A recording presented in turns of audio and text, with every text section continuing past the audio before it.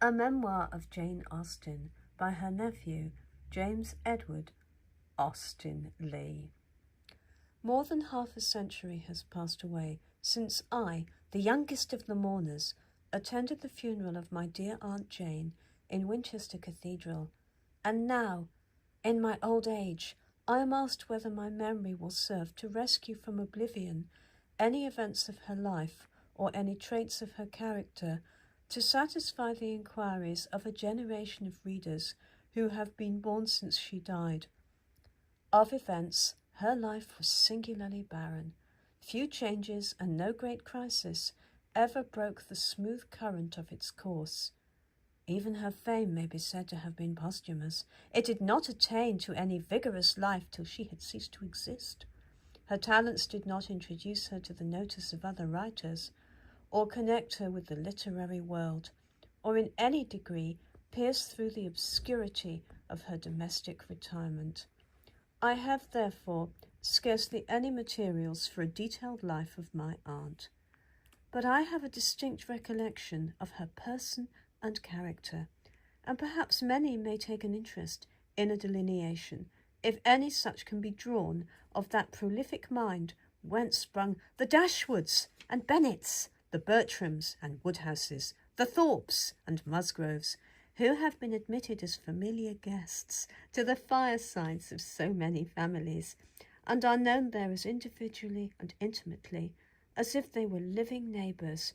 Many may care to know whether the moral rectitude, the correct taste, and the warm affections with which she invested her ideal characters were really existing in the native source whence those ideas flowed, and were actually exhibited by her in the various relations of life. I can indeed bear witness that there was scarcely a charm in her most delightful characters that was not a true reflection of her own sweet temper and loving heart. I was young when we lost her, but the impressions made on the young are deep, and though in the course of 50 years I have forgotten much, I have not forgotten that Aunt Jane was the delight of all her nephews and nieces. We did not think of her as being clever, still less as being famous, but we valued her as one always kind, sympathizing, and amusing. To all this I am a living witness, but whether I can sketch out such a faint outline of this excellence as shall be perceptible to others may be reasonably doubted. Aided, however, by a few survivors who knew her, I will not refuse to make the attempt.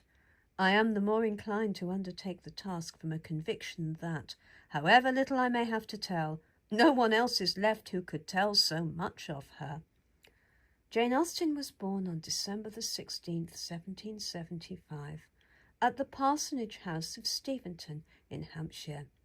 Her father, the Reverend George Austen, was of a family long established in the neighbourhood of Tenterden and Sevenoaks in Kent. I believe that early in the 17th century they were clothiers. Hasted, in his History of Kent, says, "The clothing business was exercised by persons who possessed most of the landed property in the Weald, insomuch that almost all the ancient families of these parts, now of large estates and genteel rank in life, and some of them ennobled by titles, are sprung from ancestors who have used this great staple manufacture, now almost unknown here." In his list of these families, Hasted places the Austens, and he adds that these clothiers were usually called the grey coats of Kent, and were a body so numerous and united that at county elections whoever had their vote and interest was almost certain of being elected. The family still retains a badge of this origin, for their livery is that peculiar mixture of light blue and white called Kentish grey, which forms the facings of the Kentish militia. Mr. George Austen had lost both his parents before he was 9 years old.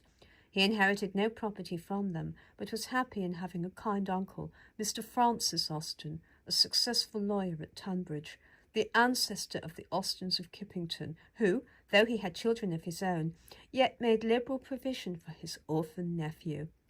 The boy received a good education at Tunbridge School, whence he obtained a scholarship and subsequently a fellowship at St. John's College, Oxford. In 1764, he came into possession of the two adjoining rectories of Dean and Steventon in Hampshire, the former purchased for him by his generous uncle Francis, the latter given by his cousin Mr. Knight. This was no very gross case of plurality, according to the ideas of that time, for the two villages were little more than a mile apart, and their united population scarcely amounted to 300. In the same year he married Cassandra, youngest daughter of the Reverend Thomas Leigh, of the family of Leighs of Warwickshire, who, having been a Fellow of All Souls, held the college living of Harpston, near Henley-upon-Thames. Mr. Thomas Leigh was a younger brother of Dr. Theophilus Leigh, a personage well known at Oxford in his day, and his day was not a short one, for he lived to be 90, and held the mastership of Balliol College for above half a century. He was a man more famous for his sayings than his doings, overflowing with puns and witticisms and sharp retorts. But his most serious joke was his practical one of living much longer than had been expected or intended. He was a Fellow of Corpus, and the story is that the Balliol men, unable to agree in electing one of their own number to the mastership, chose him, partly under the idea that he was in weak health and likely soon to cause another vacancy. It was afterwards said that his long incumbency had been a judgment on the society for having elected an out-college man. I imagine that the front of Balliol towards Broad Street, which has recently been pulled down, must have been built or at least restored while he was master, for the Leigh arms were placed under the cornice at the corner nearest to Trinity Gates. The beautiful building lately erected has destroyed this record, and thus monuments themselves memorials need. His fame for witty and agreeable conversation extended beyond the bounds of the university. Mrs. Thrale, in a letter to Dr. Johnson, writes thus: "Are you acquainted with Dr. Leigh, the master of Balliol College, and are you not delighted with his gaiety of manners and youthful vivacity now that he is 86 years of age? I never heard a more perfect or excellent pun than his, when someone told him how, in a late dispute among the Privy Councillors, the Lord Chancellor struck the table with such violence that he split it. 'No, no, no,' replied the master, 'I can hardly persuade myself that he split the table, though I believe he divided the board.'"